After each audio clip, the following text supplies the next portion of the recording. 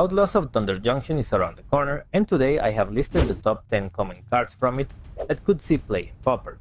But before we dive into the cards, let's examine this set's new mechanics and see if they can impact the format. Starting with Saddle, a new keyword ability that is basically like vehicles for creatures. When you saddle a creature, you will get a bonus based on the card with it. Is it Pauper playable, you may wonder? Probably not, as neither is crew, and creatures are easier to remove than artifacts anyway. Free is the second keyword introduced in the set found on instants and sorceries. It grants instants and sorceries morality in a very similar way to Escalate. As for Pauper goes, some cards have it, like Phantom Interference or Explosive Derailment, but none are particularly impressive. Lastly, Plot is the new mechanic that lets you cast a spell for free in later turns by paying its plot cost instead at sorcery speed. While it's similar to both Foretell and Suspend, it has some decent potential in the format, with some cards we will discuss in a few. With that said, let's dive right into them. While it's not impressive at first, this card has some high potential in Storm builds. It can be played on a turn to add to your Storm count later in the game, where you don't need many lands. This can be used to win with cards like Guessing Flamebreather or Fireburn Archer to win the game out of nowhere in one turn. This the Secrets is a card that could be paired with the removal to reduce its cost. Knockout is particularly good when combined with it, but it has a long way to go before it can battle other card draw spells like Deep Analysis.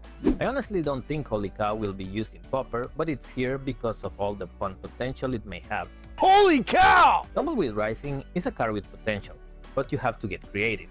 You can use cheap cards with strong base powers like Nested Sentinel and pair it with Rancor to create a 4/4 for 2 mana.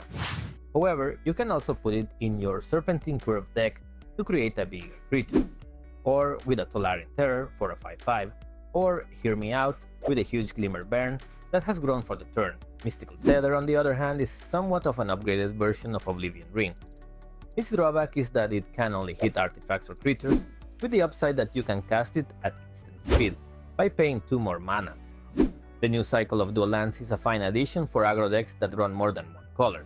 It may surprise an opponent by dealing the final points of damage, pair nicely with bounce lands, and god forbid, it could be the new win condition for familiars as they go off. On the other hand, Mourner's Surprise has its place in decks that want to return creatures, normally fodders, from the graveyard to your hand, with the upside of creating a body on the field as it resolves.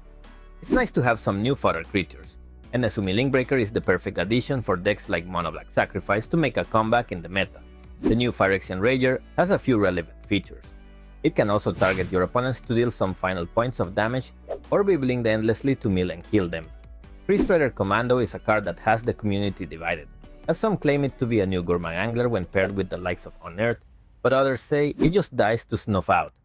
Regardless, with enough creativity, you can use other cards to cast it for free, as in the case of Cascade or other reanimation spells.